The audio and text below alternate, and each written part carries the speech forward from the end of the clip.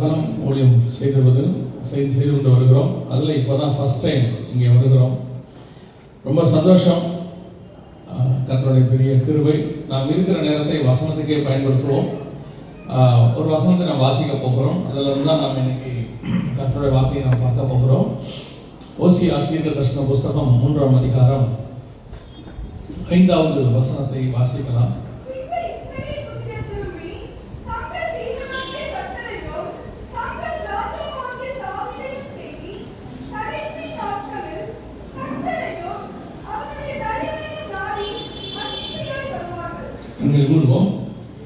நல்ல தகப்பனே, சர்வ வல்லமையுள்ள எங்கள் ஆண்டவரே, இந்த அருமையான நேரத்திற்காக உமக்கு ஸ்தோத்திரம்.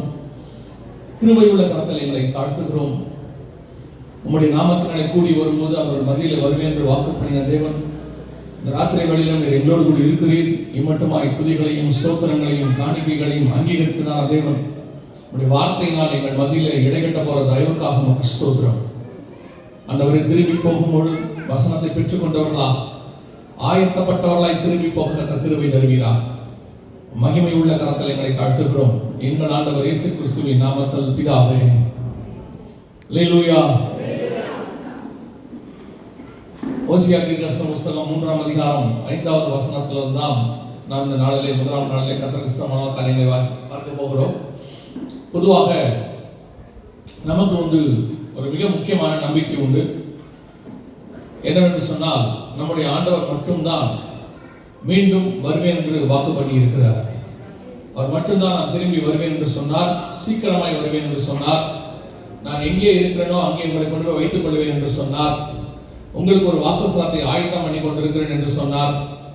இப்படி அவர் திரும்பி வருவேன் என்கிற வாக்குத்தத்தமானது கிறிஸ்தவத்தினுடைய மிக முக்கியமான அஸ்திவார விசுவாச பிரமாணங்களில் ஒன்றாக இருக்கிறது. விசுவாச பிரமாணத்தை நீங்கள் வாசிக்கும் போது கூட இயேசு கிறிஸ்துவின் வருகையை நான் விசுவாசிக்கிறேன் என்று நாம் சொல்லுகிறோம்.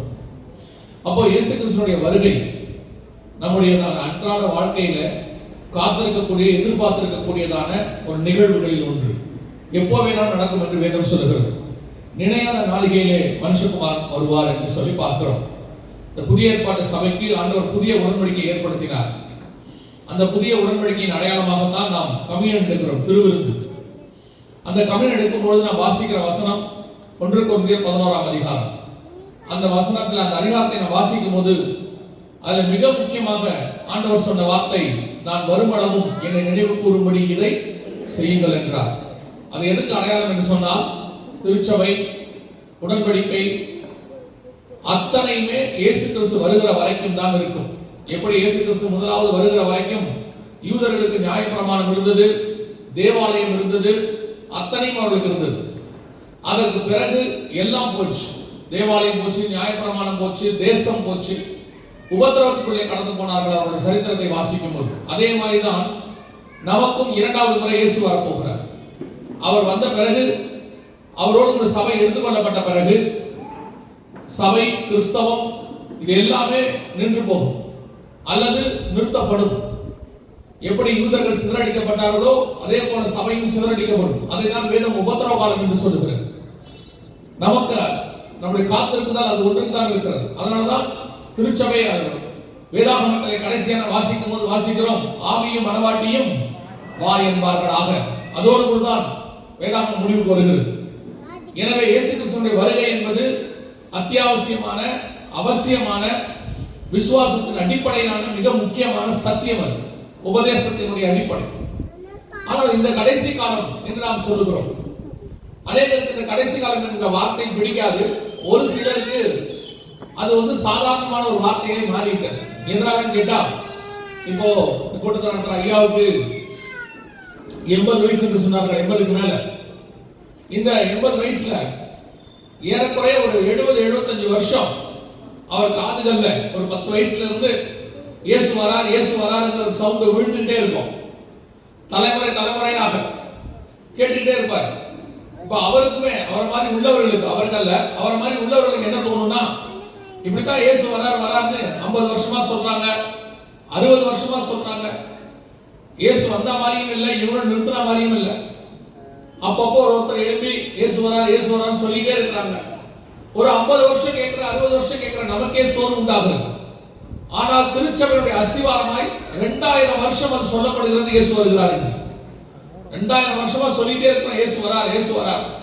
இப்போ ஒரு சிலருக்கு இப்படி ஒரு காரியம் தோணும், 2000 வருஷமாவா இயேசு வருவாரு, இன்னுமா வருவாரு, இதுக்கு அப்புறமா வருவார், 2000 வருஷம் கழிச்சு இயேசு வருவாரா? அதுக்கு ஒரு உதாரணத்தை ஆண்டவர் சொன்னார். ஆபிரகாமின் நாட்களை பார்க்க ஆவலாய் இருந்தார். ஆபிரகாமை குறித்து 11ஆம் அதிகாரம் எபிரேயர் நிருபம் சொல்கிறது, அவர் தேவன் தாமே கட்டி உண்டாக்கின அஸ்திவாரம் உள்ள நகரங்களுக்கு காத்திருந்தார் என்று சொல்லி. ஆனால் இயேசு எப்போ வந்தார் பாத்தீங்கன்னா, அதுக்கப்புறம் 2000 வருஷம் கழிச்சு வந்தார். அப்பொழுது நம்முடைய ஆண்டவர் சொன்னாரு, ஆபிரகாமின் நாட்களை பார்க்க ஆவலாய் இருந்தார், கண்டு களி கூர்ந்தார் என்று சொல்லுகிறார். அதே மாதிரிதான் 2000 வருஷம் கழிச்சு இப்ப இயேசு வருகிற காலம். இப்போ நாம் சொல்லிட்டு இருக்கிறோம், இயேசு வருவதற்கு முன்பதாக எப்படி யோவான் ஸ்நானகன் வந்து சொன்னாரோ, எனக்கு பின் ஒருவர் வருகிறார், என்னிலும் வல்லவராய் இருக்கிறார் என்று சொன்ன மாதிரி இப்போ அநேகர் எழும்பி இயேசு வருகிறார் வருகிறார் என்று சொல்லிக் கொண்டிருக்கிறார். அதே போல இயேசு மீண்டும் வரப்போகிறார். அப்போ நமக்கு சில நேரத்தில் இந்த காரியங்கள் கேட்கும் போது இயற்கையாகவே ஒரு சோர்வு வரும். 2000 வருஷமா சொல்றாங்க, இன்னும் வருவாரா அப்படிங்கிறதால நமக்கு ஒரு சோர்வு வரும். எப்படி இயேசு கிறிஸ்துவின் முதலாம் வருகைக்கு சில அடையாளங்களை இயேசு சொன்னாரோ, அந்த அடையாளங்களை எல்லாம் பார்த்தபோது வான சாஸ்திரிகளாக இருக்கட்டும், அங்கிருந்த மெய்ப்பொருளாக இருக்கட்டும், எல்லோருக்கும் சில அடையாளங்கள் கொடுக்கப்பட்டது. அதையெல்லாம் கண்டு இயேசு பிறந்திருக்கிறார் என்று அவர்கள் விசுவாசித்தார்கள் என்று பார்க்கிறோம், போய் பார்த்தாங்க. அதே மாதிரிதான் இப்போ நமக்கு சில அடையாளங்கள் இருக்கு. அந்த அடையாளங்களை எல்லாம் பார்க்கும் பொழுது இயேசு வருகிறார் என்பதை நாம் உறுதிப்படுத்துகிறோம். மத்தேயு 24:3 இயேசுவை பார்த்து கேட்கிறார்கள், உம்முடைய வருகைக்கும் உலகத்தின் முடிவுக்கும் அடையாளம் என்ன, எங்களுக்கு சொல்ல வேண்டும் என்று சொல்லி. இயேசுவானவர் அநேக அடையாளங்களை சொன்னார். இன்னைக்கு அப்படிப்பட்ட ஒரு காரியத்தை பார்க்க போகிறோம். அப்ப இந்த காரியங்களை வாசித்துக் கொண்டிருந்த போது இயேசு கிறிஸ்துவை குறித்தும் அவருடைய வருகை குறித்தும் புதிய ஏற்பாட்டிலே அநேக அடையாளங்கள் வேத வல்லுநர்கள் விதமாய் சொல்லுகிறார்கள். இயேசு கிறிஸ்துவின் 2ஆம் வருகை குறித்த தீர்க்க தரிசனங்கள் 20% இருக்கிறது என்று சொல்லி, பைபிளில் உள்ள தீர்க்க தரிசனத்துல 20% இயேசு கிறிஸ்துவின் 2ஆம் வருகை குறித்து என்று சொல்லி. அப்படி அந்த தீர்க்க தரிசனங்களை வாசித்துக் கொண்டிருந்த போது கொரோனா நேரத்தில் வீட்டில் இருக்க வேண்டிய ஒரு சூழ்நிலை, 6 மாசம் எந்த கூட்டமும் இல்லை, மீட்டிங்கும் இல்லை. அப்போ வேத பகுதியாக பழைய ஏற்பாட்டு பகுதியை வாசித்துக் கொண்டிருந்த போது ஓசியாவின் புஸ்தகத்திலிருந்து வரிசையாக ஒரு டைம் லைனாக அடுத்து நடக்க வேண்டிய சம்பவங்கள் இயேசு கிறிஸ்துவின் வருகை வரைக்கும், குறிப்பாக சபை எடுத்துக்கொள்ளப்படுகிற வரைக்கும் வரிசையாக அங்கே சம்பவங்கள் கொடுக்கப்பட்டிருந்ததை ஆவியானவர் விவரித்து காண்பித்தார். அதை ஒரு பவர் பாயிண்டாக ரெடி பண்ணினார். அதற்கு பிறகு சபைகள் திறந்த பிறகு சபைகளிலே இயேசு கிறிஸ்துவின் வருகைக்கான இந்த அடையாளங்களை ஒரு அடையாளமாக ஒரு செய்தியாக கொடுத்து கொண்டு வருகிறோம். இன்னைக்கு அதைத்தான் நம்ம பார்க்க போறோம். ஓசியாவின் புஸ்தகம் 3ஆம் அதிகாரம் 5வது வசனத்துல கடைசி காலம் என்பதற்கான அடையாளமாக ஒரு காரியத்தை கர்த்தர் ஆரம்பிக்கிறார். ஓசியா 3 ஆரம்பிக்கிறார். அதான் நீங்கள் வாசித்த 5வது வசனம். இன்னும் ஒரு விஷயம் வாசியுங்கள்.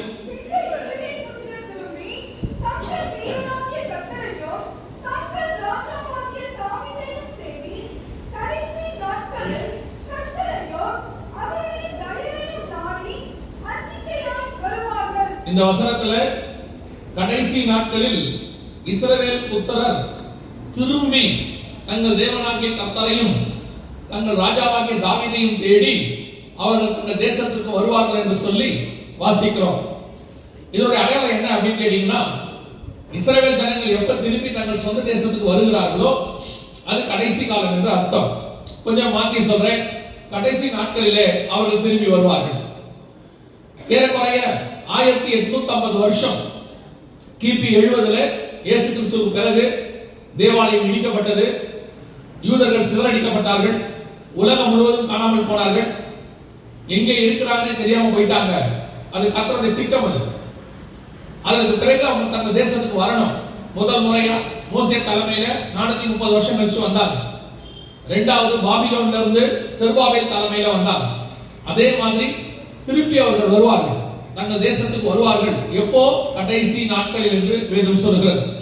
ஏசாயா புஸ்தகம் 43ஆம் அதிகாரம் 5 முதல் 7 வசனத்துல பூமியின் 4 திசைகளிலிருந்தும் வடக்கை பார்த்து கொடி என்றும் தெற்கை பார்த்து வைத்திராதே என்று நான் சொல்லுவேன் என்று கர்த்தர் சொல்லுகிறார். பூமியின் 4 திசைகளிலிருந்தும் நான் அவர்களை கூட்டி சேர்ப்பேன் என்று ஆண்டவர் சொன்னார். அந்த தீர்க்க தரிசனமானது எப்ப நிறைவேறுச்சு அப்படின்னு பாத்தீங்கன்னா 1948 மே மாசம் 14ஆம் தேதி இஸ்ரவேல் என்கிறதான தேசம் ஒன்று உருவாச்சு. இது நீங்கள் பார்க்கக்கூடியது நம் காலத்திலே நிறைவேறுகிறதான தீர்க்க தரிசனம்.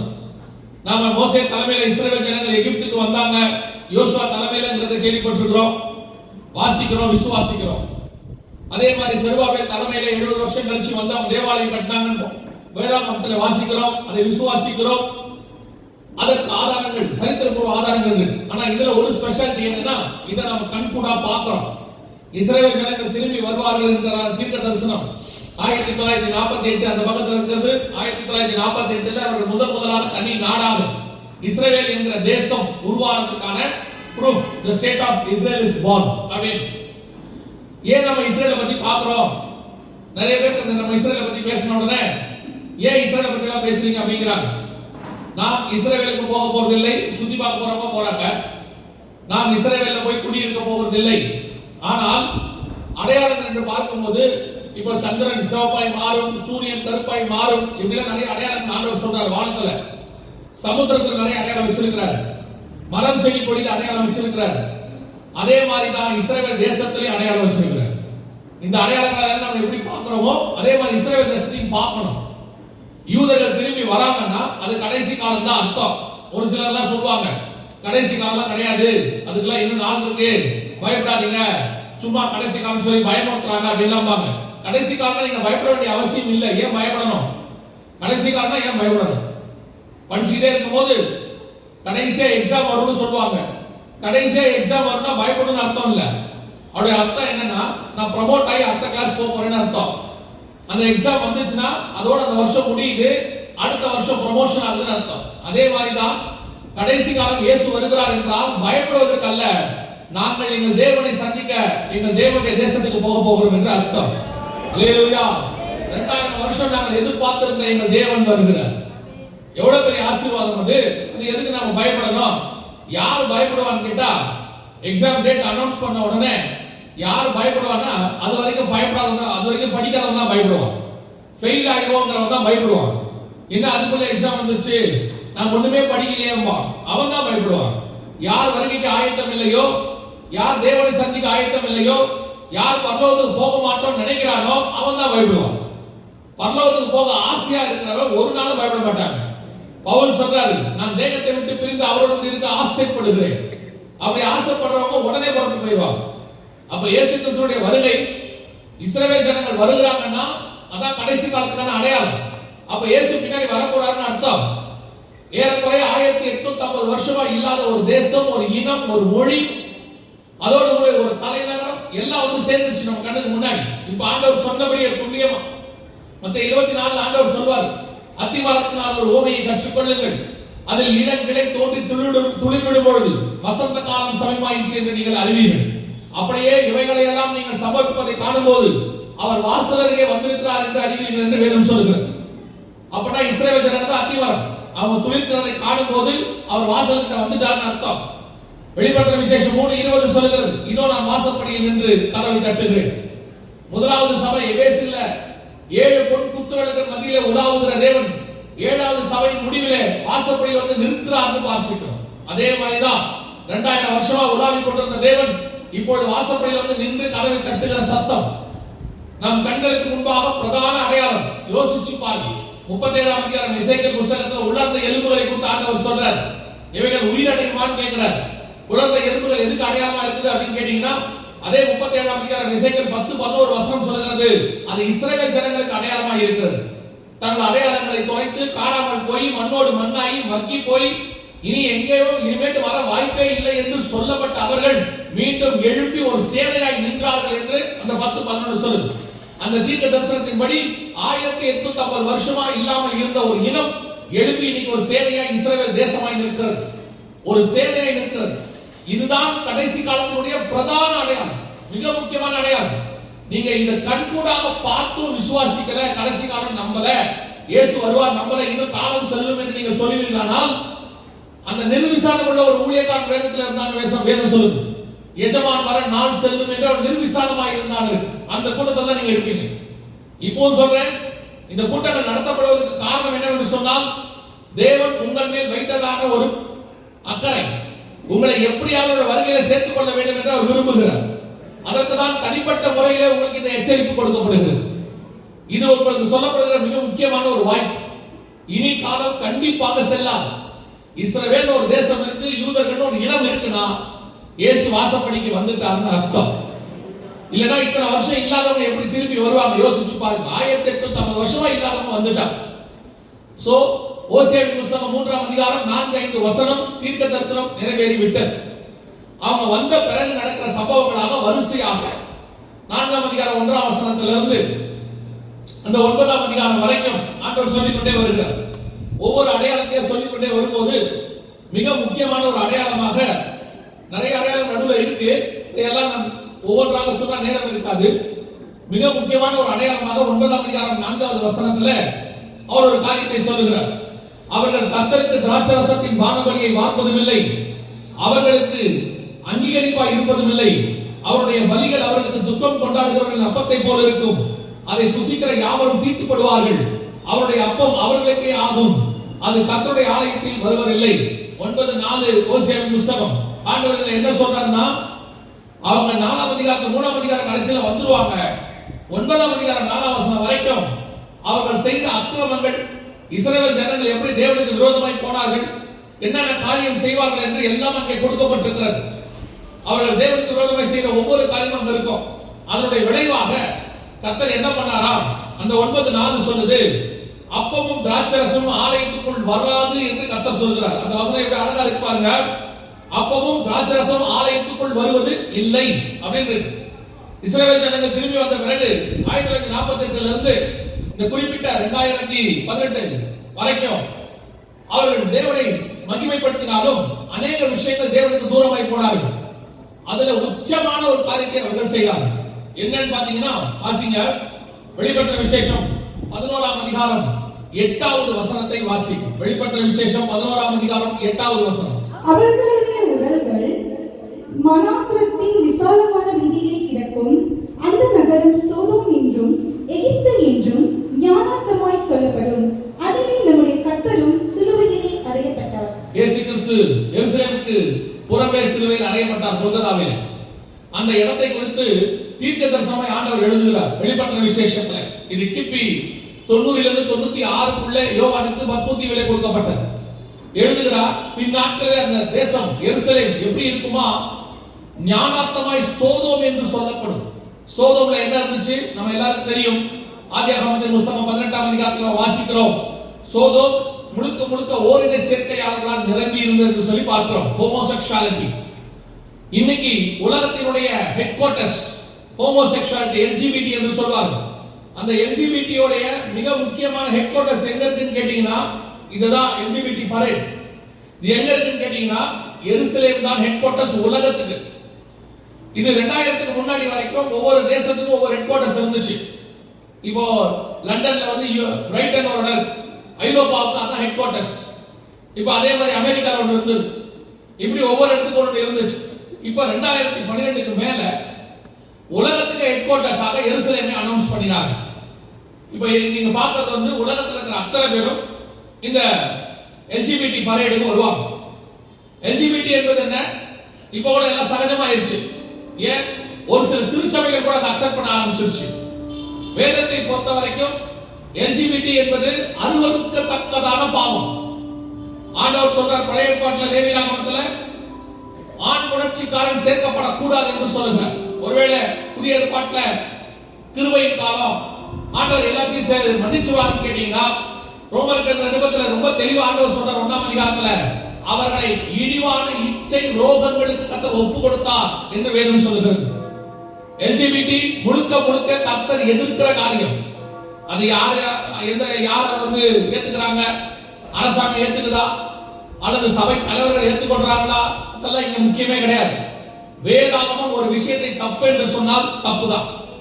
அது உலகத்தில் இருக்கிற யார் சரின்னு சொன்னாலும் சரி, உலகமே சரின்னு சொன்னாலும் சரி, பைபிள் ஒரு விஷயத்தை தப்புன்னு சொன்னாலும் தப்புதான்.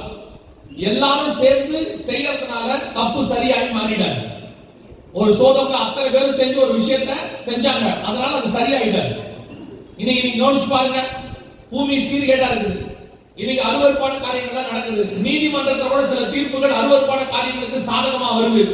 அதனால அது சரியாயிடுமா? ஆகாது. வேதாகமத்துல எது சரியோ அதான் சரி. LGBT முழுக்க முழுக்க வேதம் அருவருக்கிறதான ஒரு பாவம், அதுல டீ சேர்க்கக்கூடாது. அதுதான் அவருடைய தந்திரம். நல்லா புரிஞ்சுக்கோங்க. LGBT அப்படின்னா என்ன அர்த்தம்னா லெஸ்பியன், கே, பைசெக்சுவல், டிரான்ஸ்ஜெண்டர் என்று சொல்வாங்க. டிரான்ஸ்ஜெண்டர் என்றால் திருநங்கை. அது இந்த பாவத்துக்குள்ள வராது. அது இயற்கையா அவங்க பிறந்ததுல இருக்கக்கூடியதான குறைபாடு, குரோமோசோம் குறைபாடு. ஆனால் இதெல்லாம் பாவம், அவங்களுடைய சிந்தனையில வர்றது. இப்ப LGBT இருக்கு, ஒரு நாள் அது பாவம் அவங்க மனம் திரும்பி வந்துருவாங்க. எவ்வளவு பேர் வந்தவங்க இருக்கிறாங்க. ஆனா டிரான்ஸ்ஜெண்டர் வர முடியாது, அது அவங்க சரீரத்துல உள்ளது. ஆனா இவங்க என்ன பண்றாங்கன்னா அவங்களையும் இவங்களோட சேர்த்துக்கிட்டு அவங்கள மாதிரி நாங்களும் அதே மாதிரி ஒரு இயற்கையான குறைபாடு உள்ளவங்கன்ற மாதிரி அவங்க காட்ட நினைக்கிறாங்க. அது அருவருக்கு தக்க பாவம். அது சபைகளுக்குள்ள இல்லை, அனுமதிக்க முடியாது, கிடையாது. அமெரிக்காவில் ஒரு பெரிய பிரபல போதகர் சொன்னார், கர்த்தர் எல்லாரையும் நேசிக்கிறாரு, அப்ப சபைக்கு அவங்க வந்தாங்கன்னா நான் அவர்களை ஏற்றுக்கொள்வேன். கர்த்தர் வெறுக்காத அவர்களை நான் ஏன் வெறுக்க வேண்டும்? இப்பவும் சொல்றேன், ஆண்டவர் பாவிகளை நேசிக்கிறார், பாவத்தை அல்ல. பாவத்தை விட்டுட்டு வரணும்ன்றதா சபையோடையதான பிரசங்கம். ஒரு திருடர் இருக்கிறாரு, அவர் சபைக்குள்ள வராரு, நான் திருடரை ஏற்றுக்கொள்றேன், அவர் திருடர் தொழில் இருக்கு, அதை நான் ஏற்றுக்கொள்றேன்னா அவர் சபையிலேயே திருடி தசமா கொடுப்பாரு. அப்ப அது சரின்னு ஆயிடும். அவர் திருடர், அந்த பாவத்தை நம்ம வெறுக்கிறோம், அவர் மனதிற்கும் ஜெபம் பண்றோம். அதே மாதிரி தான் LGBT. சோ இது எந்த விதத்திலும் ஏற்றுக்கொள்ள முடியாத ஒரு பாவம். இன்னைக்கு கடைசி காலத்துல திருச்சபைகளுக்குள்ள இது அக்செப்டன்ஸ் ஆக மாறிக்கொண்டிருக்கிறது. ஏன்? ஒரு சில சபை தலைவர்களே சரின்னு சொல்றாங்க. திருப்பியும் சொல்றேன், உலகத்துல யார் சொன்னாலும் சரி, அரசாங்கமே சொன்னாலும் சரி, வேதாகமத்தில் ஒரு விஷயம் தப்பு என்றால் அது தப்புதான். அதை மாற்றுகிற காரியம் இல்லை. ஒரு சிலர் தான் நூதனமா பேசுவாங்க. துரைத்தனங்களுக்கு, அதிகாரங்களுக்கு கர்த்தர் கீழ்ப்படிய சொல்லி இருக்கிறாரு, நாம அதை கீழ்ப்படின ஏற்றுக்கொள்ளணும்பா. அது பைபிளுக்கு உட்பட்டு இருந்தாலும் ஏற்றுக்கொள்ள முடியும். இப்ப தானியேல் கிட்ட நேபுகாத்நேச்சாருடையதான திராட்சை ரசத்தையும் அவருடைய உணவையும் சாப்பிட்டு அவர் சாப்பிட மாட்டார். இப்ப சாத்ராக் மேஷாக் ஆபேத்நேகோ கிட்ட ஒரு சிலையை வணங்கினா வணங்க மாட்டாங்க. ராஜாவுடைய சட்டம் துரைத்தனங்களுக்கு கீழ்ப்படியணும், நீ சிலையை வணங்கினா வணங்க மாட்டாங்க. எது பைபிளுக்கு உட்பட்டதாக கவர்மெண்ட் சொல்லுதோ அதுக்கு 100% நாம் கீழ்ப்படிகிறோம், மாற்றுக்கிறதே கிடையாது. ஆனால் பைபிள் அருவருக்கிற ஒரு பாவத்தை யார் சொன்னாலும் ஏற்றுக்கொள்ள முடியாது. அதனால தயவு செய்து விசுவாசிகள் கவனியுங்கள். இந்த LGBT எந்த விதத்திலும் இது அருவருப்பு பாவம். இதை எருசலேமுடைய தலைநகரா மாத்திட்டாங்க. அதாவது வெளிப்படுத்தல் 11:8 100% நிறைவேறிடுச்சு நம்ம கண்ணுக்கு முன்னாடி. ஞானார்த்தமாய் சோதோம் என்றும் எகிப்து என்றும் சொல்லப்படும் என்கிற தீர்க்க தரிசனம் நிறைவேறி விட்டது. இப்ப கர்த்தர் சொல்றார், இந்த மாதிரி அருவருப்புகள் எல்லாம் எருசலேமுக்குள்ள வந்த உடனே ஆண்டவர் ஒரு வார்த்தையை சொல்றாரு. ஓசியாவின் புஸ்தகம் 9:4 அவருடைய அப்பம் அவர்களுக்கே ஆகும், திராட்சரசம் ஆலயத்துக்குள் வருவதில்லை, அப்பமும் திராட்சரசமும் ஆலயத்துக்குள் வராது என்று கர்த்தர் சொல்லுகிறார். 1948 இஸ்ரவேல் ஜனங்கள் வந்தார்கள். அவங்க வந்ததுல இருந்து நல்லா கவனிச்சு பாருங்க, அப்பமும் திராட்சரசமும் ஆலயத்துக்குள்ள வராத காலம் இது. நல்லா கவனிச்சு பாருங்க. சரியா 2018 70 வருஷம் முடிஞ்ச பிறகு 2019 அப்பமும் திராட்சரசமும் ஆலயத்துக்குள்ள வரக்கூடாதுன்னு ஒரு காரியம் நடந்துச்சு. உங்களுக்கு ஞாபகம் இருக்கும்னு நினைக்கிறேன். 2020 என்ன வந்தது? லாக்டவுன் வந்தது. சபைகளை கர்த்தர் அடைத்து போட்டார். விசுவாசிகள் இங்க தான் கொஞ்சம் கவனிக்கணும். இந்த லாக்டவுன் வந்தது, சபை அடைக்கப்பட்டது, அரசாங்கம் சொன்னாங்க, நம்ம செஞ்சோம், மாற்றுக்கிறதே கிடையாது. ஆனா அதை தாண்டி உங்களுக்கு ஒன்று புரியணும், தேவனுடைய ஆலயத்தை அடைக்கிறதான அதிகாரம் உலகத்துல யாருக்குமே கிடையாது. ஏன்னா ஆண்டவர் சொல்றாரு பிலடெல்பியா சபைக்கு சொல்லும்போது, ஒருவரும் திறக்கக்கூடாதபடிக்கு பூட்டுகிறவரும் ஒருவரும் பூட்டக்கூடாதபடிக்கு திறக்கிறவரும் சொல்லுகிறதாவது அப்படின்னு. இது கர்த்தருடைய ரத்தத்தால் சம்பாதிக்கப்பட்ட சபை. அந்த சபையை பூட்டுகிற அதிகாரம் ஒரு கொரோனா கிருமிக்கு இருக்குமானால் சபை கொரோனா கிட்ட தோத்துருச்சுன்னு அர்த்தம். ஆண்டவர் நேரடியா சொல்றாரு, பாதாளத்தின் வாசல்கள் சபையை மேற்கொள்ளாது. அப்ப ஏன் நடந்துச்சு? இப்படி ஒரு சம்பவம் நடந்து 6 மாசம் சபை மூடி இருந்துச்சு. கிட்டத்தட்ட மார்ச் மாசம் 21ஆம் தேதியில இருந்து செப்டம்பர் மாசம் 1ஆம் தேதி வரைக்கும் 2020 பூட்டி இருந்தது. ஏன் அது நடந்துச்சு? கொரோனா அப்படின்னு நீங்க சொல்லிட்டீங்கன்னா கொரோனாங்கிற கிருமி கிட்ட சபை தோத்துருச்சுன்னு அர்த்தம். ஏன்னா பாதாளத்தின் வாசல்கள் மேற்கொள்ளாதுன்னு இருக்கு. அப்ப எப்படி மூடுச்சு? Corona மூடுச்சானா corona மூடாது. கர்த்தர் பர்மிஷன் கொடுக்காம சபையை மூடுற அதிகாரம் எந்த விதமான கிருமிக்கும் கிடையாது. அப்ப நீங்க இதை எப்படி பார்க்கணும்னா தாவீது பார்த்த மாதிரி பார்க்கணும். ஒரு பஞ்சம் வருது தேசத்துல. அந்த பஞ்சம் வந்த உடனே எல்லா ராஜாக்களும் பார்க்கிற மாதிரி தாவீது பார்க்கல. ஆபிரகாம் காலத்துல பஞ்சம் வருது, ஈசாக்கு காலத்துல பஞ்சம் வருகிறது, அதே மாதிரி எலியா காலத்தில் ஆகாபு காலத்தில் பஞ்சம் வருது, எவ்வளோ ராஜாக்கள் காலத்துல பஞ்சம் வந்திருக்கு. ஆனால் தாவீது காலத்தில் ஒரு பஞ்சம் வந்தது. வந்த உடனே தாவீது என்ன பண்ணாரா? தேவனிடத்துல போனாரா. தேவனிடத்துல போய் கேட்கிறாரா, ஆண்டவரே ஏன் என் தேசத்துல பஞ்சம் வருது? இந்த தேசத்தை நீங்க தானே இருக்கீங்க, அப்படி எப்படி பஞ்சம் வரலாம்னு கேட்கிறார். மற்ற ராஜாக்கள் என்ன எடுத்துப்பாங்க? மழை பெய்யல, எல்னினோ, வறட்சி, அதனால பஞ்சம் அப்படின்னு உலகம் சொல்லும். அது உலகத்துக்கு கரெக்ட். ஆனா தேவ பிள்ளைகள், ஆண்டவரே எங்களுக்கு ஏன் இந்த வறட்சி, ஏன் இதுக்கு வருது, ஏன் இப்படி ஒரு பிரச்சனை அப்படின்னு தேவ பிள்ளைகள் கேட்கணும். அதுதான் தாவீது சொல்லி கொடுக்கிறார். தாவீது போய் கேட்ட உடனே ஆண்டவர் தாவீது கிட்ட சொல்றாரு, சவுல் காலத்தில் ஒரு ரத்தப்பழி இருக்கு, அந்த ரத்தப்பழி நிவர்த்தி பண்ணப்படல, அது நிவர்த்தி பண்ணப்பட்டா பஞ்சம் போயிடுங்கிறார். இதுதான் தேவ மனுஷனுக்கும் மற்றவர்களுக்கும் உள்ள டிஃபரன்ஸ்.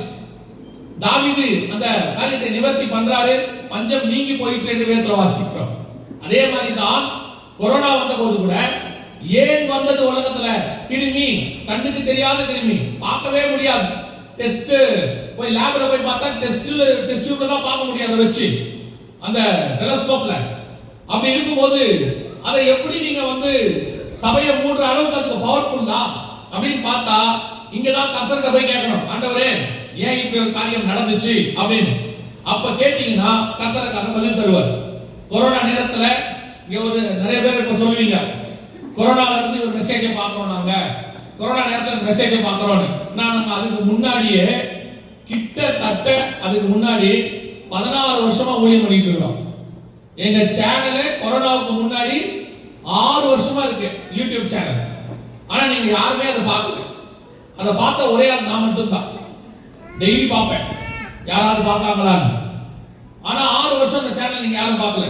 ஆனா இப்ப நிறைய பேர் சொல்லுவாங்க, கொரோனா நேரத்தில் ஒரு சேனலை பார்த்தோம், என்ன காரணம் அப்படின்னு கேட்டீங்கன்னா, அந்த நேரத்தில் கர்த்தர் சில காரியங்களை எங்களுக்கு சொன்னார். ஏன் கொரோனா வந்தது? அது உலகத்துக்கு வேற விஷயம். ஆனா சபைக்குள்ளேயே அனுமதிக்கப்பட்டது. ஏன் சபை மூடுற அளவுக்கு போச்சு அப்படின்னு கேட்டீங்கன்னா, இப்ப எப்படி பார்த்தோம் சபைக்குள்ள அருவருப்பு. அதே அருவருப்பு எருசலேம்ல மட்டும் இல்ல, ஆலயத்திலேயும் இருந்துச்சு. நம்ம ஆலயங்களையும் உலகம் முழுக்க எல்லா ஆலயத்துக்குள்ளேயும் பெரும்பாலான ஆலயங்கள் அருவருப்புகளா நிறைந்துருச்சு. இதே எல்ஜிபிடி ஆலயங்களுக்குள்ள இருந்துச்சு. அமெரிக்காவிலும் ஐரோப்பாவுக்கும் போனீங்கன்னா ஆணுக்கு ஆணுக்கு கல்யாணம், பெண்ணுக்கு பெண்ணுக்கு கல்யாணம், குழந்தை பிறந்த பிறகு 2 பேரும் கல்யாணம் பண்ணிப்பாங்க.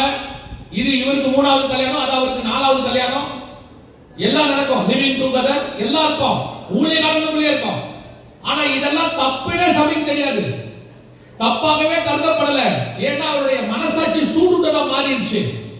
என்ன பண்ணாலும் தப்பு இல்ல அப்படிங்கிற இடத்துக்கு போயிடுச்சு. அந்த இடத்துக்கு தான் இப்ப தமிழ்நாடு வந்துகிட்டு இருக்கு, சபை வந்துகிட்டு இருக்கு. நீங்க என்ன பண்ணாலும் இப்ப தப்பு கிடையாது. பொண்டாட்டிய டைவர்ஸ் பண்ணாலும் தப்பு கிடையாது, 2 கல்யாணம் பண்ணிட்டாலும் தப்பு கிடையாது, 4 கல்யாணம் பண்ணிட்டாலும் தப்பு கிடையாது, ஒரே ஆள் 2 பேர் கூட இருந்தாலும் தப்பு கிடையாது. சபைக்குள்ள பேசிட்டு இருக்கேன் நான், சபைக்குள்ள. இன்னைக்கு சபைக்குள்ள இருக்கு. கொரிந்தியர் எழுதும்போது பைபிள் சொல்லுது, புறஜாதியாரிடத்தில் காணப்படாத அருவருப்புகள் சபைகளுக்குள்ளே காணப்படுகிறது. கடந்த 20 வருஷமா சபைக்குள்ள என்ன இருக்கு? உங்களுக்கு ஏத்த மாதிரி பிரசங்கம், உங்களுக்கு ஏத்த மாதிரி ஊழியக்காரன், உங்க காதுக்கு ஏத்த மாதிரி சொல்லிட்டானா அவர் நல்ல பிரசங்கியர். உங்களுக்கு ஆசீர்வாதம் பேசிட்டா நல்ல பிரசங்கியர். உங்க தப்ப சொல்லக்கூடாது, பாவத்தை சொல்லக்கூடாது, குறைய சொல்லக்கூடாது, சபைகளுக்கு அதை பத்தி பேசவும் கூடாது. மிஞ்சி போச்சுன்னா 20 நிமிஷம் டைம் தருவீங்க சபையில பேசுறதுக்கு, அந்த 20 நிமிஷமா உங்களை ஆசீர்வதிச்சு ஜெபம் பண்ணிருங்க. அப்படி சொல்லிட்டா நல்ல ஊழியக்காரர். ஆனால் திருப்பியும் சொல்றேன், காதுக்கு இனிய பிரசங்கம் ஒரு நாளும் பரலோகத்துக்கு கூட்டிட்டு போகாது. இருதயத்தை குத்துகிற பிரசங்கம் மட்டும் தான் பரலோகத்துக்கு கூட்டிட்டு போகும். நீங்கள் தெரிந்து கொள்ளுகிற பிரசங்கம் அதுவாய் தான் இருக்கணும். கடந்த 20 வருஷம் சபைக்குள்ள என்ன இருந்துச்சு? ஆசீர்வாதம் தான். வலிக்கு பெருகுவே, இடதுபுறம் வலதுபுறம் வலிக்கு பெருகுவே, முன்னும் பின்னுமா வலிக்கு பெருகுவே, இது இது எங்க நடந்துச்சோ இல்லையோ உங்க உடம்புல நடந்துச்சு. எல்லாருடைய உடம்புலையும் இடதுபுறமோ வலதுபுறமோ வலிகி பெருகி முன்னும் பின்னும் ஆகி நடக்க முடியாம மூச்சு வாங்க இருந்தீங்க. இந்த ஆசீர்வாதம் உங்க உடம்புல மட்டும்தான் நடந்துச்சு. ஆனா அந்த மாதிரி பேசிட்டா ரொம்ப சந்தோஷம். ஆனா சபைக்குள்ள போய் பாருங்க, புறஜாதியார்கிட்ட இல்லாத காரியம்லாம் சபைக்குள்ள இருந்துச்சு. இம்மாரல் லைஃப் இருந்துச்சு. சபைக்குள்ள உட்கார்ந்துக்கிட்டு வட்டி கூடுறான். வட்டிக்கு வாங்குற ஒரு ரூபாயில பரவாயில்ல போக மாட்டேன். சபைக்குள்ள உட்கார்ந்துக்கிட்டு வட்டி கூடுறது, சபையை பிசினஸா பயன்படுத்துறது, சபைக்குள்ள உட்கார்ந்துக்கிட்டு சினிமா நடிகை மாதிரி ஆடுறது, சினிமா நடிகை மாதிரி ட்ரெஸ் பண்றது, அரசியல்வாதி கிட்ட காணாத அரசியல் சீட்டு சபைக்குள்ள இருக்கு. எலெக்ஷனுக்கு அடிச்சுக்கிறீங்க, கேன்வாசிங் பண்றீங்க. கேட்டா இதெல்லாம் தப்பு கிடையாது, இதெல்லாம் நார்மல்ங்கறீங்க. உங்களுக்கு இந்த மாதிரி பேசுற பிரசங்கியாரும் பிடிக்காது. கவனிச்சுக்கொள்ளுங்க, சபை என்பது ஒரு புண்ணை சீல் பிதுக்கி எடுத்து சுத்திகரிக்கிற இடம். பூமியில இருக்கிற பாவியை பரிசுத்தமா மாத்தி பரலோகத்துக்கு கூட்டு போற இடம் தான் திருச்சபை. உங்களை அப்படியே வச்சு பூசி மெழுகி தடவி கொடுத்து பொம்மேரியன் நாய்க்குட்டி மாதிரி வளர்க்கிற இடம்ல சபை. நீங்க அப்படிப்பட்ட ஆளதான் நீங்க ஏத்துப்பீங்க. அதுலயும் உங்ககிட்ட இன்னொன்னு இருந்துச்சு. நானும் உங்களை தான் பொள்ளாச்சிக்காரங்க சொல்ல, நீங்க ரொம்ப நல்லவங்க. நான் பேசுறது எல்லாமே அந்தமான் நிக்கோபார் கையில அந்த பக்கம். உங்களுக்குள்ள சபைக்குள்ள இன்னொரு பிரச்சனை இருக்கு. அப்படியே தப்பி தவறி ஒரு பிரசங்கியார் நல்ல ஒரு மேய்ப்பரோ ஆயரோ அல்லது ஒரு பாஸ்டரோ கொஞ்சம் ஸ்ட்ரிக்ட்டா பேசினா எல்லாம் மொத்தமா கட்ட கட்டி தூக்கி டிரான்ஸ்ஃபர் பண்ணிடுவீங்க. யாருக்கு நஷ்டம்? உங்களுக்கு தான் நஷ்டம். சத்தியத்தை போதிக்கிற ஊழியக்காரனை பேச விடாம கழுத்தை பிடிச்சீங்கன்னா ஒரு நாள் மொத்த பேர் போய் நரகத்துல நிப்பிய. அப்படி சொல்லணும், நான் சொல்ல மாட்டேன். ஆனா அதான் உண்மை. கடந்த 20 வருஷமா சபைக்குள்ள சத்தியமே கிடையாது. சபைக்குள்ள வெறும் ஆசீர்வாதம், பிரசங்கம், அப்படியா இப்படியா. அதனுடைய விளைவு என்ன? எல்லா அலுவலகமும் சபைக்குள்ள இருந்துச்சு. சபைக்குள்ள உட்கார்ந்துட்டு உலகத்தாண்ட என்னென்னலாம் இருந்துச்சோ அத்தனையும் சபைக்குள்ள வச்சிருந்தீங்க. கர்த்தர் பார்த்தாரு. அதோடு கூட கம்யூனியன் எடுக்கிறீங்க. அதான் இருக்கிறதே ரொம்ப கொடுமை. ஏன் தெரியுமா? இந்த கம்யூனியனுக்கு வந்து ஒரு பவர் உண்டு. அதுக்கு என்ன செய்யுமா? யோவான் 6ல சொல்றாரு, அது நித்திய ஜீவனை உண்டாக்குமா. என் மாம்சத்தை புசித்து என் ரத்தத்தை பானம் பண்ணுகிறவனுக்கு நித்திய ஜீவன் உண்டு. ஆனா அதே கம்யூனியனுக்கு இன்னொரு பவர் இருக்கு. அது என்ன தெரியுமா? அபாத்திரமாய் போஜனமானம் பண்ணுகிறவன் செத்து போவானுக்கு உங்களில் சிலர் நித்திரை அடைந்திருக்கிறார்கள். அப்ப அந்த கம்யூனியனை ஒழுங்கா எடுத்தா பரலோகம், தப்பா எடுத்தா மரணம். அதனால கர்த்தர் பார்த்தாரு, கம்யூனியன் எடுக்கும்போது உணர்வே கிடையாது. கம்யூனியன் எடுக்க போறோம்ன்ற உணர்வே கிடையாது. மாசத்துக்கு ஒரு நாள் எடுக்கணும். அது அப்படியே வெளியே நின்று புறம் பேசிட்டு இருக்கான். வெளியே உட்கார்ந்து அருவருப்பா பேசிட்டு இருக்கான், கெட்ட வார்த்தை பேசிட்டு இருக்கான். முன்னு நாள் வரைக்கும் குடிச்சிட்டு இருக்கான். நான் கிறிஸ்தவனை பத்தி மட்டும் தான் பேசுறேன், வேற எவனை பத்தியும் பேசுறேன். சபைக்குள்ள குடியாரா இருக்கான். மறுநாள் காலையில வந்து கம்யூனியன் எடுக்கிறான்.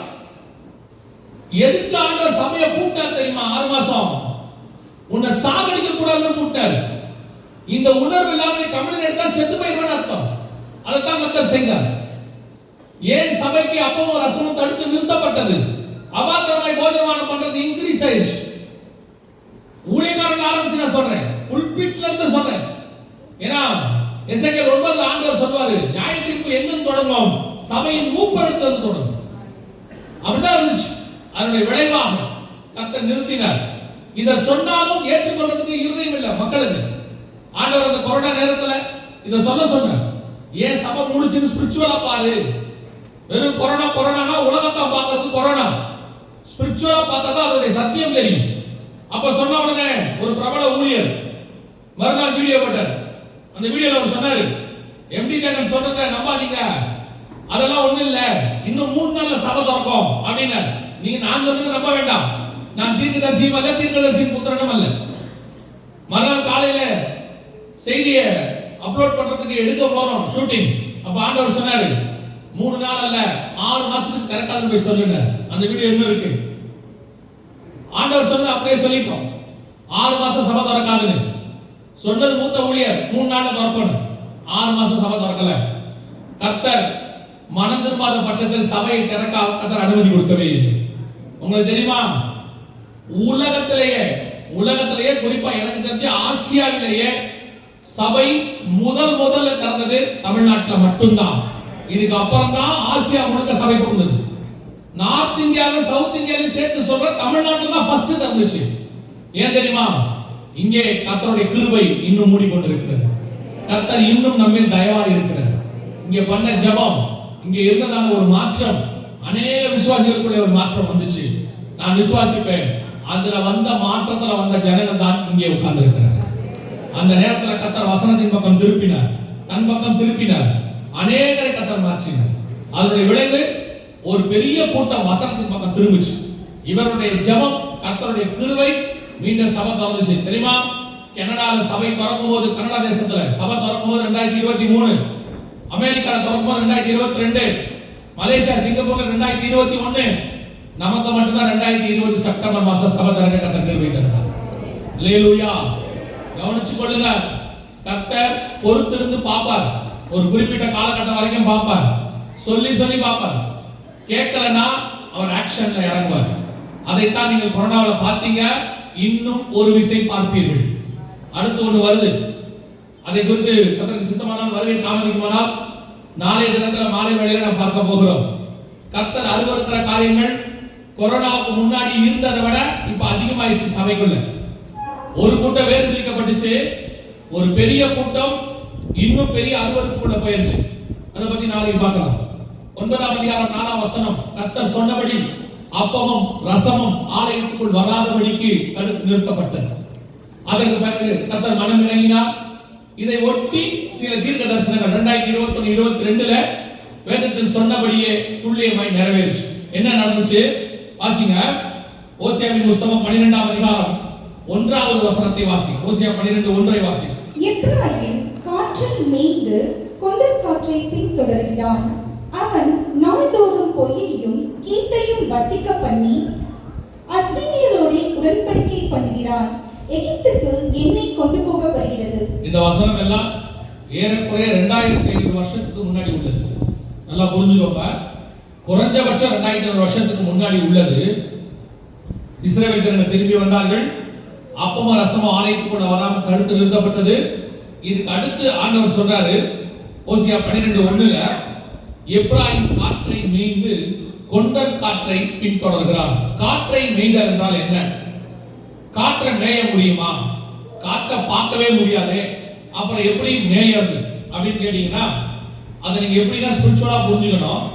உங்க எல்லாருக்கும் தெரிஞ்ச சங்கீதம் 23 சங்கீதத்துல கர்த்தர் என் மேய்ப்பராய் இருக்கிறார், நான் தாழ்ச்சி அடையேன், அவர் என்னை உள்ளுள்ள இடங்களில்.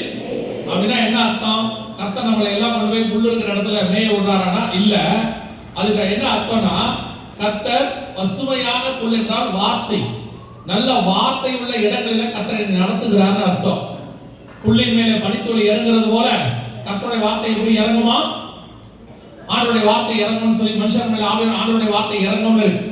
அப்ப அந்த புல் என்பது வார்த்தைக்கான அடையாளம். அப்ப நல்லா கவனிச்சு கொள்ளுங்க. இந்த இடத்துல வசனம் சொல்றது காற்றை மேய்தல் அப்படின்னா என்ன அர்த்தம்? காத்துல இருக்கிறதெல்லாம் சாப்பிடுவோமா? எப்படி ஒரு ஆடு உள்ள மேய்ஞ்சி உயிரோடு கூட இருக்குதோ, நாம எப்படி வசனத்தை சாப்பிட்டு உயிரோடு இருக்கிறோமோ, அதே மாதிரி காத்த சாப்பிட்டு உயிரோடு இருப்பாங்க. காத்த சாப்பிட்டு உயிரோடு இருக்க முடியுமா அப்படின்னு கேட்டா, ஒரு 25 வருஷத்துக்கு முன்னாடி வரைக்கும் கிடையாது, நம்மளால முடியாது. அவன் என்ன காத்திலே வாழ்றான். ஒல்லியா இருக்கிறவங்க பார்த்து சொல்லுவாங்க அந்த காலத்துல, சாப்பிடவே மாட்டான், காத்திலே வாழ்றான். ஆனா காற்றை மேய்தல்னா இப்ப உள்ள காலம். என்ன காலம்? இன்னைக்கு உங்களுடைய சர்வைவல், உங்க வாழ்க்கை, நம்முடைய வாழ்க்கை, சம்பாத்தியம், பண பரிவர்த்தனை, படிப்பு அத்தனையும் காத்த நம்பிதான் இருக்குது. அதுக்கு பேர் தான் டிஜிட்டல், ஆன்லைன் எல்லாமே. கொரோனாவுக்கு முன்னாடி வரைக்கும் இது குறைவா இருந்துச்சு. கொரோனால தான் காற்றை மேய்றது ஆரம்பிச்சிச்சு. உங்களுக்கு ஈஸியா புரியும்படி சொல்றேன். கொரோனாவுக்கு முன்னாடி வரைக்கும் ஸ்கூல் வேற மாதிரி. கொரோனால வந்து பாத்தீங்கன்னா ஆன்லைன் ஸ்கூல், எல்லாமே ஆன்லைன், காத்துல எல்லாமே வந்துச்சு. அதே மாதிரி அடுத்து பண பரிவர்த்தனை, GPay, PhonePe, online payment, card payment எல்லாம் காத்து, எல்லாமே வைஃபை காத்து. அதை தாண்டி இப்ப நீங்க பார்க்கக்கூடியதான டிவி, நீங்க யூஸ் பண்ணக்கூடியதான டிரான்சாக்ஷன்ஸ், அதாவது வார்த்தை பரிமாற்றம், வாட்ஸ்அப், ஃபேஸ்புக் எல்லாமே நல்லா கவனிச்சு பாருங்க. மெசேஜஸ் எல்லாமே பாருங்க காத்து. யூடியூப் காத்து. இதெல்லாம் எப்படி உங்க வீட்டுக்கு வருது? உங்க கையில ஒரு செல்போன் இருக்கு. இந்த செல்போனை உதாரணத்துக்கு சொல்றேன், செல்போன் வச்சுக்கோங்க. செல்போன் இருக்கு. இதுல எந்த விதமான ஒயர் கனெக்ஷனும் இன்னொரு போனோட இல்ல. அவர் போன் எங்கேயோ இருக்கு அமெரிக்கால. அவர் வாட்ஸ்அப்ல ஒரு மெசேஜ் அனுப்பிட்டே சொல்றாரு, போன்ல வந்துச்சா பாருங்கறாரு, பாக்குறீங்க வந்துருச்சு. இங்கேயும் அமெரிக்கா டிராவல் பண்ணீங்கன்னா மணிக்கு 1000 கிலோமீட்டர் வேகத்துல பறந்தா கூட அமெரிக்கா போறதுக்கு 18 மணி நேரம் 20 மணி நேரம் ஆகும். மணிக்கு 1000 கிலோமீட்டர் வேகத்துல பறந்தீங்கன்னா. ஆனா அங்க அனுப்புற மெசேஜ் அடுத்த செகண்ட் இங்க வருது. மெசேஜ் மட்டும் இல்ல, அங்க இருக்கிற வீடியோ போட்டோஸ் வருது. அதையும் தாண்டி நீங்க வீடியோ கால் பேசுறீங்க, லைவா பாக்குறீங்க, எப்படி நடக்குது. அத்தனைக்கு மோட் என்ன? Transaction mode. என்னது? முந்தியெல்லாம் நீங்க பாத்தீங்கன்னு சொன்னா, நான் சொல்றது 40 வருஷத்துக்கு முன்னாடி வீட்ல ஒரு போன் இருக்கும். அந்த போன்ல ஒரு ஒயர் கனெக்ஷன் போகும், வீட்டுக்கு வெளியே வரைக்கும் போகும். வீட்டு வாசல்ல ஒரு ஜங்ஷன் பாக்ஸ் மாதிரி ஒரு வச்சிருப்பாங்க, அதுல இருந்து ஒரு ஒயர் போகும். அதுக்கு பேர் கம்பி உள்ள தந்தி முறை. ஆனா இப்ப இருக்கிறதுக்கு பேர் கம்பி இல்லா தந்தி முறை, வயர்லெஸ். எல்லாமே வயர்லெஸ். ப்ளூடூத், அப்புறம் உங்களுடைய வைஃபை, உங்களுடைய மொபைல் டேட்டா, உங்களுடைய போன், உங்களுடைய ரிமோட் எல்லாமே வைஃபை. இப்ப எல்லாம் ஸ்மார்ட் போன், டிஜிட்டல். இப்போ உங்க பேங்கே பாருங்க டிஜிட்டல் ஆயிடுச்சு. எவ்வளவு ஒரு ஆச்சரியம் பாருங்க. நீங்க ஒரு பேங்க்ல ஒரு அக்கவுண்ட் வச்சிருக்கீங்க, SBI ன்னு வெச்சுக்கோங்க. இன்னொருத்தர் வந்து ICICI ல அக்கவுண்ட் வச்சிருக்காருன்னு வெச்சுப்போம். நீங்க இங்க பொள்ளாச்சியில இருக்கீங்க, அவர் டெல்லியில இருக்காரு. நீங்க இப்ப அவருக்கு பணம் அனுப்பணும், வேற பேங்க், வேற ஊரு, வேற டிரான்சாக்ஷன், எல்லாமே வேற. ஆனா ஜிபே வழியா அனுப்புறீங்க. ஜிபே எங்க இருக்கு? அமெரிக்கால இருக்கு கம்பெனி. நீங்க இப்போ டெல்லியில உள்ளவருக்கு, வேற பேங்க்ல உள்ளவருக்கு பணம் அனுப்புறீங்க, அமெரிக்கா வழியா அனுப்புறீங்க. எவ்வளவு நேரத்துல போகுது? அடுத்த செகண்ட் போகுது. எப்படி நடக்குது? அத்தனைக்கும் பேஸ் என்னன்னு கேட்டா காத்து. இந்த காத்தெல்லாம் எல்லாம் டிரான்சாக்ட் ஆகுது மொத்தம். இப்போ நீங்க FM ரேடியோ பாட்டு காத்துல தான் வருது, உங்க டிவி காத்துல தான் வருது, எல்லாமே நியூஸ், ஸ்போர்ட்ஸ் எல்லாமே. உங்களுடைய பேங்க் டிரான்சாக்ஷன் காத்துல இருக்கு எல்லாமே. அதனால வசனம் என்ன சொல்லுது பாருங்க, ஓசியா 12:1, அவன் நாள்தோறும் அவன் எப்ராயிம் காற்றை மேய்ந்து கொண்டற் காற்றை பின்தொடரான், அதை ஃபாலோ பண்றான் இருக்கு. இன்னைக்கு உங்களுடையதான மொத்த டிரான்சாக்ஷனும் ஃபாலோ பண்ணப்படுது. நீங்களே சொல்றீங்கல்ல, அந்த என்ன சொல்றீங்க, Facebook, அப்புறம் YouTube எல்லாத்தையும் ஃபாலோவர்ஸ் அப்படிதான் சொல்றீங்க.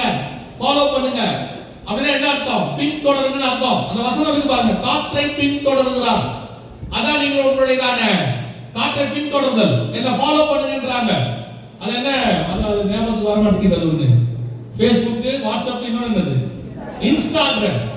இன்ஸ்டால ஃபாலோ பண்ணுங்க அப்படிங்கறாங்க. அப்ப அந்த ஃபாலோனா பின்தொடருது. அப்படியே இருக்கு வசனம், காற்றை பின்தொடருதல். 2500 வருஷத்துக்கு முன்னாடி ஆண்டவர் எழுதுறார், இன்னைக்கு காற்றை மேய்கிற காலம் வந்துருச்சு. அதுக்கு அடுத்து பாருங்க அர்த்தம் என்ன இருக்குது? அவன் நாள்தோறும் பொய்யையும் கேட்டையும். இன்னைக்கு ஒரு அரசியலாக இருக்கட்டும், சினிமாவா இருக்கட்டும், அன்றாட வாழ்க்கையா இருக்கட்டும், மீடியா தான் நிர்ணயிக்குது. யார் ஆட்சிக்கு வரணும் வரக்கூடாதுன்றத மீடியா நிர்ணயிக்குது. யார் வந்து ஸ்போர்ட்ஸ்ல வரணும், என்ன வரணும், மேல வரணும், ஒருத்தரோட பேரை ரிப்பேர் ஆக்கணும்னா மீடியா, ஒருத்தரை தூக்கி பிடிக்கணும்னா மீடியா. இன்னைக்கு மீடியா தான் காத்து நாள்தோறும் பொய்யையும் கேட்டையும் வர்த்திக்க பண்ணி.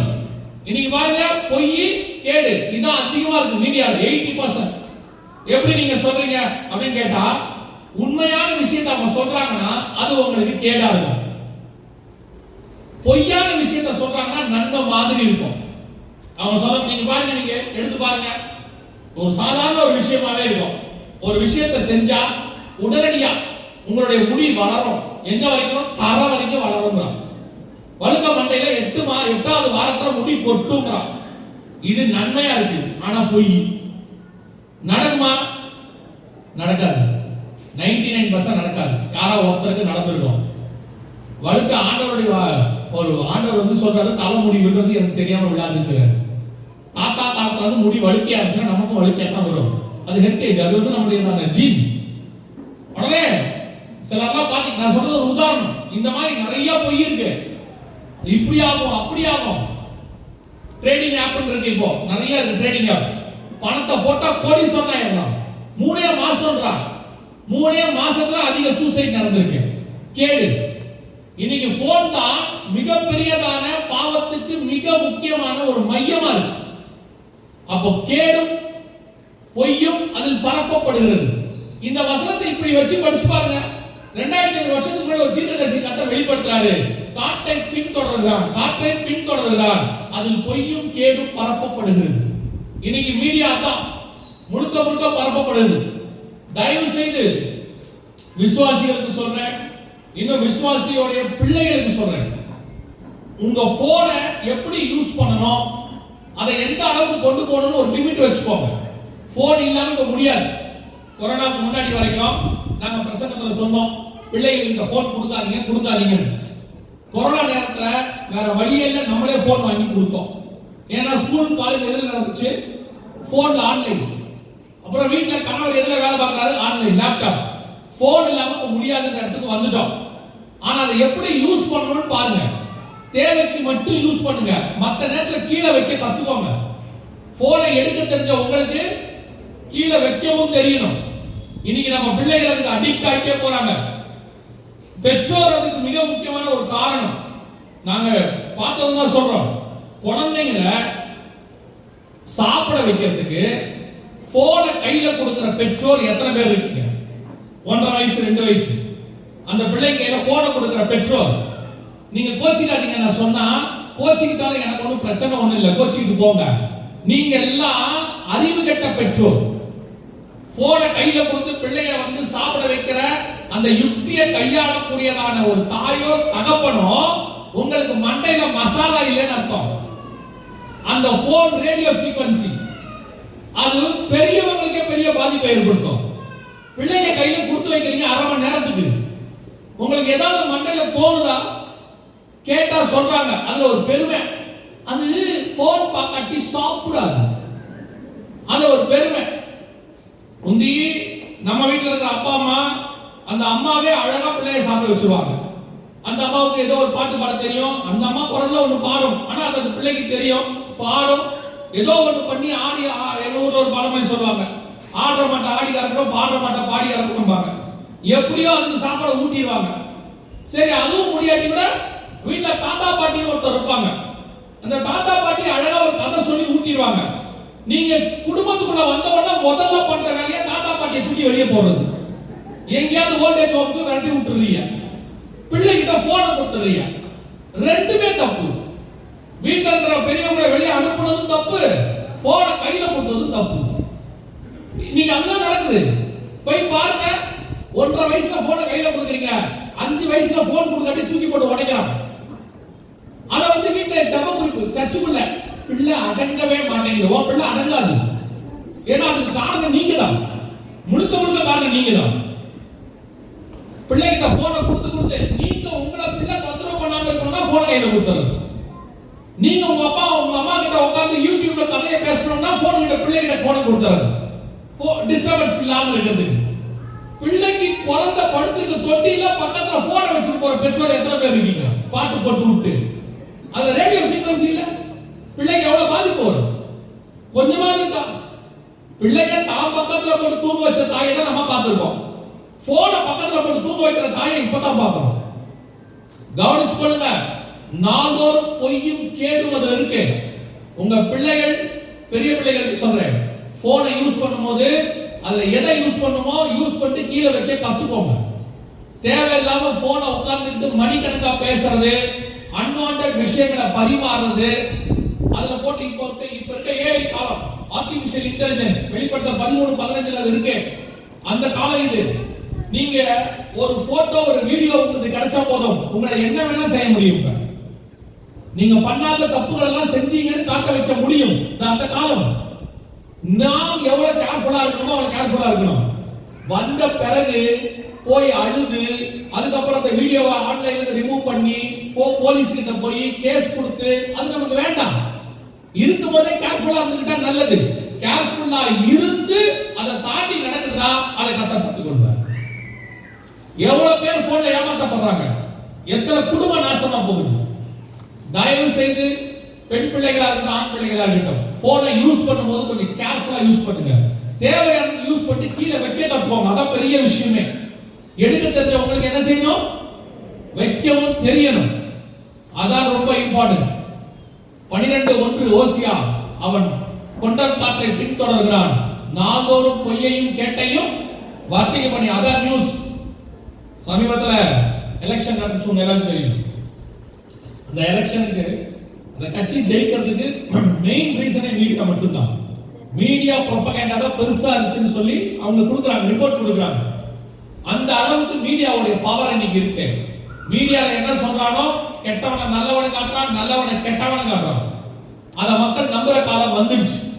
தயவு செய்து போன் காற்றை பின்தொடர்கிற காலம் வந்துருச்சு. கேர்ஃபுல்லாக இருந்து கொள்ளுங்க. அதே 12ஆம் அதிகாரம் 1ஆம் வசனம் ஓசியாவின் புத்தகம் வாசிக்கவும். எப்ராயிம் காற்றை மீது கொண்டல் காற்றை பின்தொடர்கிறான். அவன் நாள்தோறும் பொய்யையும் கீட்டையும் வர்த்திக்க பண்ணி அசீரியரோடு உடன்படிக்கை பண்ணுகிறான். எகிப்துக்கு எண்ணெய் கொண்டு போகப்படுகிறது. வசனம் என்ன சொல்லுது பாருங்க. அவன் அசீரியரோடு உடன்படிக்கை பண்ணுகிறான். அதாவது இஸ்ரவேல் தேசம் என்ன பண்ணுமா, அசீரியாவோடு உடன்படிக்கை பண்ணும். இந்த வசனம் வந்த காலத்துல இருந்து இஸ்ரவேல் தேசம் அசீரியாவோடு கூட உடன்படிக்கை பண்ணதே கிடையாது. ஏன்னா அதுக்கப்புறம் அவங்க காணாம போயிட்டாங்க. அதற்கு பிறகு 1948 தான் அவங்க வந்தாங்க.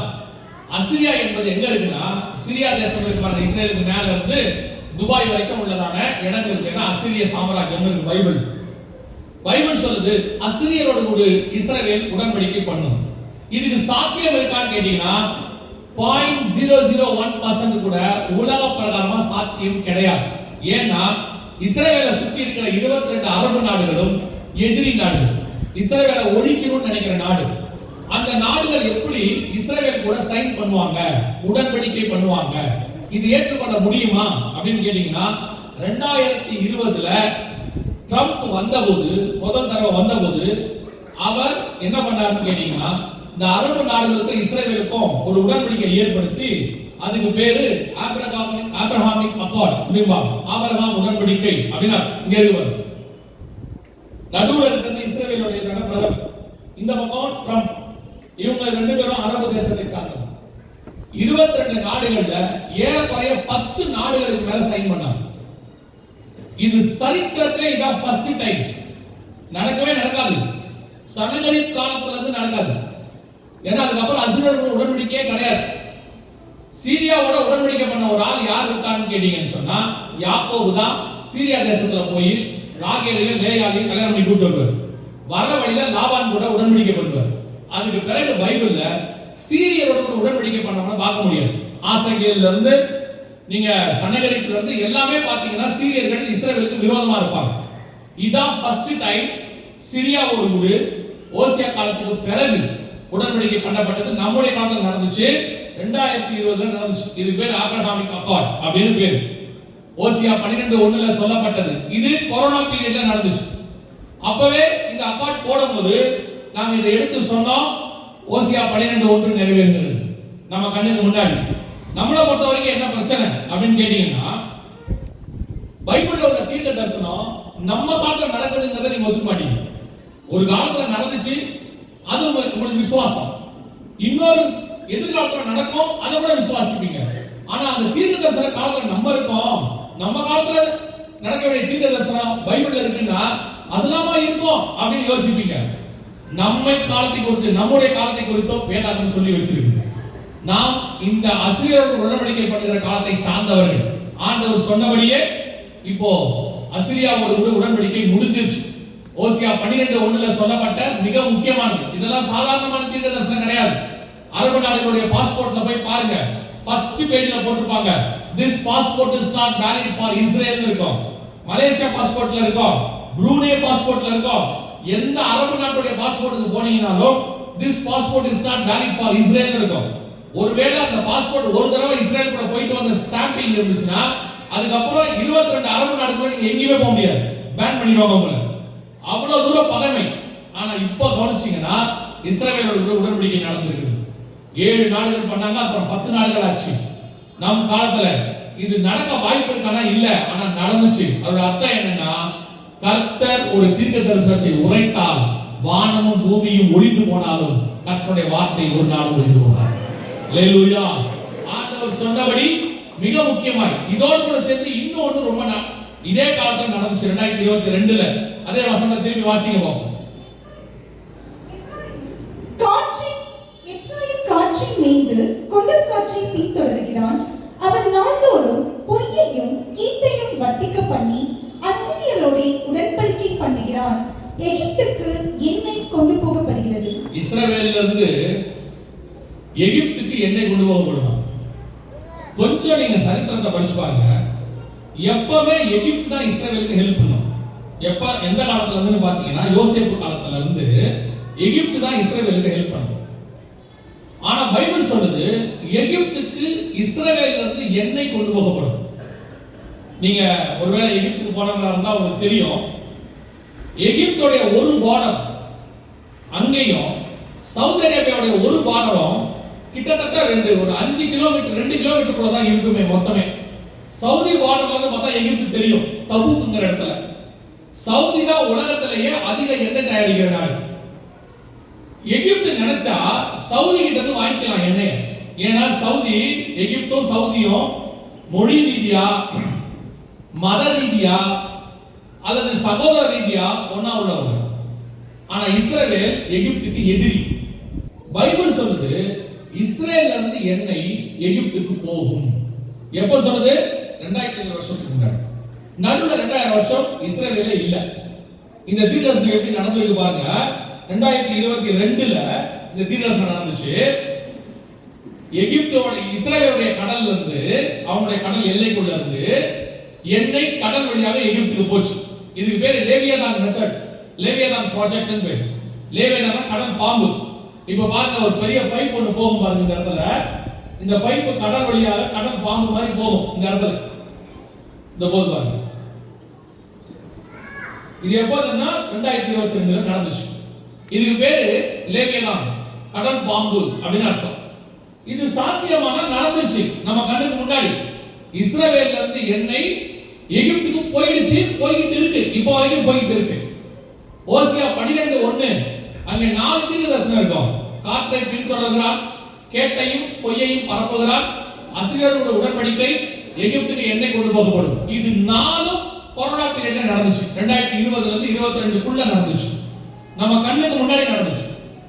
எகிப்துக்கு எண்ணெய் போறதுங்கிறது ஒரு சாதாரணமான விஷயமே இல்ல. 2 எதிரி நாடு. 1970கள்ல நாசர் ஒரு மிகப்பெரிய ஜனாதிபதி இருந்தார் எகிப்து. அவர் சொன்னார் இஸ்ரவேலுங்கிற தேசத்தை ஒழிச்சு காட்டணும் அப்படின்னு. அப்படி அவங்க ஏறக்குறைய 4 யுத்தம் இஸ்ரவேலோட அவங்க பண்ணிருக்காங்க 1948ல இருந்து மட்டுமே. அந்த அளவுக்கு அவங்க எதிரி நாடு. ஆனால் எண்ணெய் இஸ்ரவேல்ல இருந்து போகும் பைபிள் சொல்லுது. அந்த தீர்க்கதரிசனம் நடக்குமானா நடந்து முடிஞ்சிருச்சு. நம்ம கண்ணுக்கு முன்னாடி ஓசியா 12:1 வரைக்கும் 100% நிறைவேறிடுச்சு. இப்போ சொன்ன நல்லா புரிஞ்சுக்கோங்க. இந்த ஓசியா 12:1 காலம் நம்முடைய காலம். 2020-22ல இருந்து 2026க்குள்ள நடக்கிறதான சம்பவங்கள் அது உள்ள இருக்கு. நம்ம கண்ணுக்கு முன்னாடி நடந்துருச்சு. கர்த்தர் சொன்னபடி துல்லியமாய் தீர்க்கதரிசனம் நிறைவேறி விட்டது. இது வரைக்கும் நம்ம நடந்ததை பார்த்திருக்கிறோம். 2 காரியம் இனி நடக்க போகுது. அதை மட்டும் சொல்லிட்டு நான் அந்த முதல் நாள் கூட்டத்தை ஜெபித்து முடிக்க விரும்புகிறேன். வாசிங்க யோவேல் புஸ்தகம். இந்த ஓசியா 12 முடிஞ்ச உடனே யோவேல் புஸ்தகம் இருக்கு. யோவேல் 1ஆம் அதிகாரம், யோவேல் 1ஆம் அதிகாரம் 6ஆம் வசனம் வாசிங்க. ஏறமுடியாத ஒரு பலத்த ஜாதி இந்தேசத்தின் மேல் வருகிறது. அதன் பற்கள் சிங்கத்தின் பற்கள், துஷ்ட சிங்கத்தின் கடைவாய் பற்கள் அதற்கு உண்டு. ஒரு பெரிய கவர்மெண்ட் இஸ்ரவேலுக்கு விரோதமாக எழும்பி வரும் அப்படின்னு வேதம் சொல்லுது. அதனுடைய வாய் சிங்கத்தின் வாய், அதனுடைய பற்கள் சிங்கத்தின் பற்கள் அப்படின்னு. இது யாரை சொல்லுது, எதை பத்தி அப்படின்னு கேட்டீங்கன்னா, இன்னும் ஒரு வசனத்தை வாசிங்க. வெளிப்படுத்தின விசேஷம் 13ஆம் அதிகாரம் 2வது வசனத்தை வாசிங்க. நான் கண்ட மிருகம் சிறுத்தையை போல் இருந்தது. அதன் கால்கள் கரடியின் கால்களைப் போலவும் அதன் வாய் சிங்கத்தின் வாயைப் போலவும் இருந்தன. இது யாரை பத்தி சொல்லப்பட்டிருக்கிற தீர்க்க தரிசனம் அப்படின்னு கேட்டீங்கன்னா, அந்த 13ஆம் அதிகாரம் வெளிப்படுத்தின விசேஷத்துல தான் சிங்கத்தின் வாயோடு கூட ஒரு கவர்மெண்ட் வருது.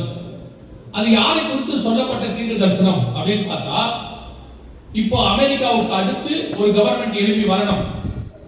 அந்த கவர்மெண்ட் தான் வேதம் சொல்லக்கூடியதான சபை காலத்தில் வர வேண்டிய சர்வாதிகார கவர்மெண்ட். ஐரோப்பா தேசத்துல இருந்து வரணும். அந்த கவர்மெண்ட்டுக்கு பேர் தான் யூரோப்பியன் யூனியன் பேர். இந்த கவர்மெண்ட் தான் அடுத்து எழுப்பி வந்து மிகப்பெரியதான ஒரு அழிவை உலகத்துல செய்யணும். இப்ப நல்லா கவனிச்சுட்டே வந்தீங்கன்னா, இந்த ஈரான் அமெரிக்க யுத்தம் ஆரம்பிச்சதுல இருந்து இந்த யூரோப்பியன் யூனியன் டெவலப் ஆகிட்டே இருக்குது. அடுத்த வல்லரசா மாறுற அளவுக்கு டெவலப் ஆகுறாங்க. இந்த கவர்மெண்ட் தான் இஸ்ரேலுக்கு விரோதமாய் வரும். எப்படி சொல்றீங்க அப்படின்னு கேட்டீங்கன்னா, ஒரு யுத்தம் முடிஞ்ச உடனே இன்னொரு நாடு வல்லரசா மாறும். முதல் உலக யுத்தம் முடிஞ்ச உடனே இங்கிலாந்து, இரண்டாவது உலக யுத்தம் முடிஞ்ச உடனே அமெரிக்கா வல்லரசா மாறுச்சு. இப்போ மூன்றாவது உலக யுத்தம் ஆரம்பிச்சிருச்சு. அதோடையதான பைபிள்ல உள்ளதான ஆதாரங்கள், அதுக்குரியதான வீடியோக்கள் எல்லாம் கர்த்தருக்கு சித்தமானால் நாளை தினத்தில் நாம் பார்க்க போகிறோம். அந்த மூன்றாவது உலக யுத்தத்துல தான் நீங்கள் நான் இருக்கிறோம். இப்ப ஆல்ரெடி அங்க மத்திய கிழக்கு நாடுகள் ஆரம்பிச்சிருச்சு அவங்க சொல்றாங்க. அது இன்னும் கொஞ்சம் கொஞ்சமா பரவிட்டு இருக்கு, பெரிய அளவுல பரவும், அவ்வளவுதான். அந்த மூன்றாவது உலக யுத்தம் முடியும் போது ஒரு புது வல்லரசு வரும். இங்கிலாந்துக்கு பதிலாக, அமெரிக்காவுக்கு பதிலாக அடுத்து ஒன்று வரும். யோசிச்சு பாருங்க, இங்கிலாந்து உலகம் முழுவதும் ஏறக்குறைய ஒரு 100 நாடுகள் அரசாங்கம் இருந்துச்சு. சூரியன் அஸ்தமிக்காத சாம்ராஜ்யம் அதுக்கு பேரு.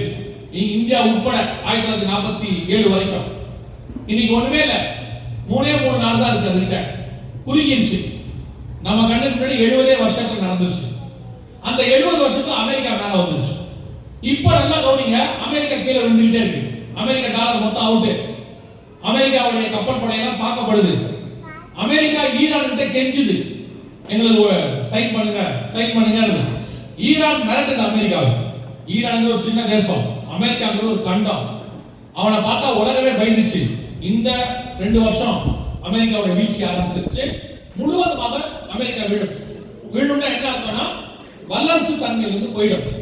அதுக்கு பதிலா இன்னொன்று வரும், இதா வரும். இது இப்ப எழும்பிருச்சு. அது எழுப்பி வந்ததுன்னு வெளிப்படுத்த 13:1 இருக்கும்.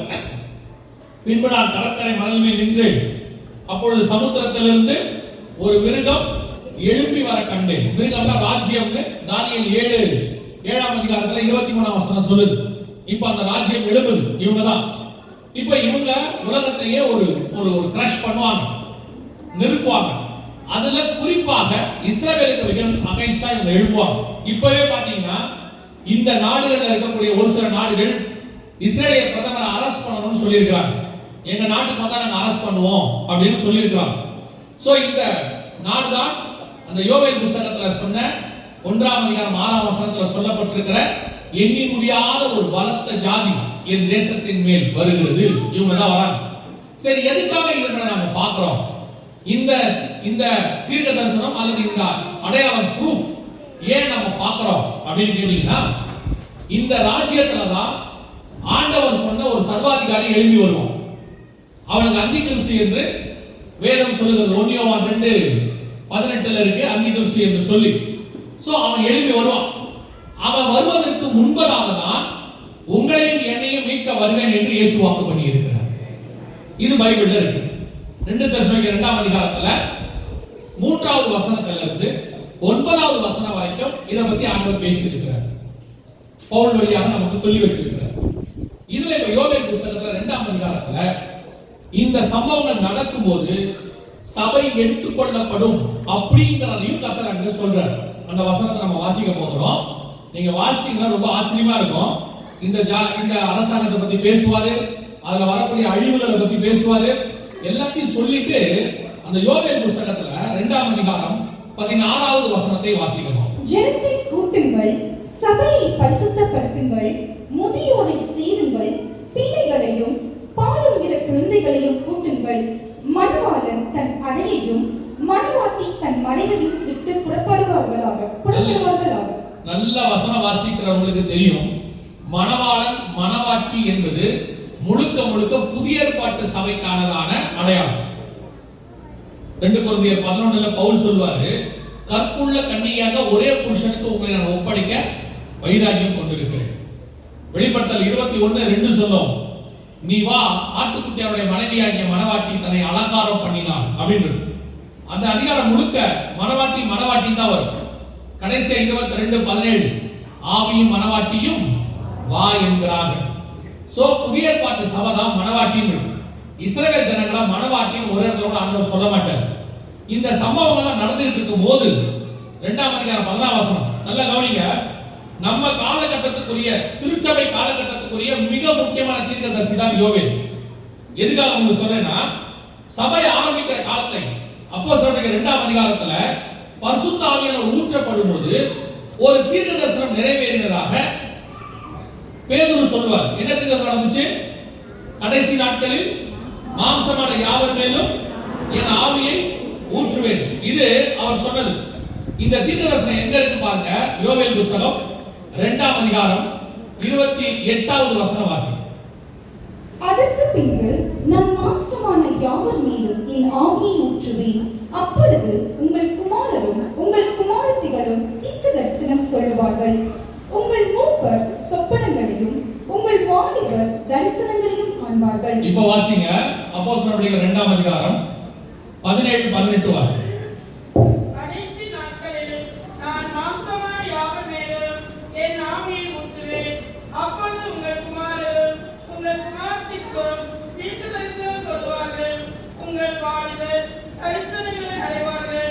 உங்கள் மூப்பர் சொப்பனங்களை காண்பார்கள். இந்த தீர்க்க தரிசனம் யோவேல்ல சொன்ன தீர்க்க தரிசனம் சபை ஆரம்பிக்கிற தீர்க்க தரிசனம். அந்த காலகட்டம் ஃபர்ஸ்ட் பரிசுத்த ஆவியானவர் ஊற்றப்படும் போது அது யோவேல்ல உள்ள தீர்க்க தரிசனம். அதே யோவேலுக்கு தான் கர்த்தர் சபை எடுத்துக்கொள்ளப்படுவதோடைய தரிசனத்தை கொடுக்கிறார். சபை காலத்துடைய ஆரம்பம், சபை காலத்துடைய முடிவு யோவேலுக்கு தான் வெளிப்படுத்தியிருப்பார் ஆண்டவர். 2ஆம் அதிகாரம் 16ஆம் வசனத்துல வசனம் சொல்லும், மணவாளன் தன் அறையையும் மணவாட்டி தன் மறைவையும் விட்டு, அறைனா என்ன? பிதாவின் வலது பார்சத்துல உட்கார்ந்து இருக்கிறார். மணவாட்டியுடைய மறைவுனா என்ன? உன்னத பாட்டு சொல்லுது, கண்மலையின் வெடிப்புகளிலும் சிகரங்களின் மறைவிடங்களிலும் தங்கி இருக்கிற என் புறாவே உன் முகரூபத்தை காண். மணவாளன் தன் அறை பிதாவின் இடத்திலிருந்து புறப்படுவார்.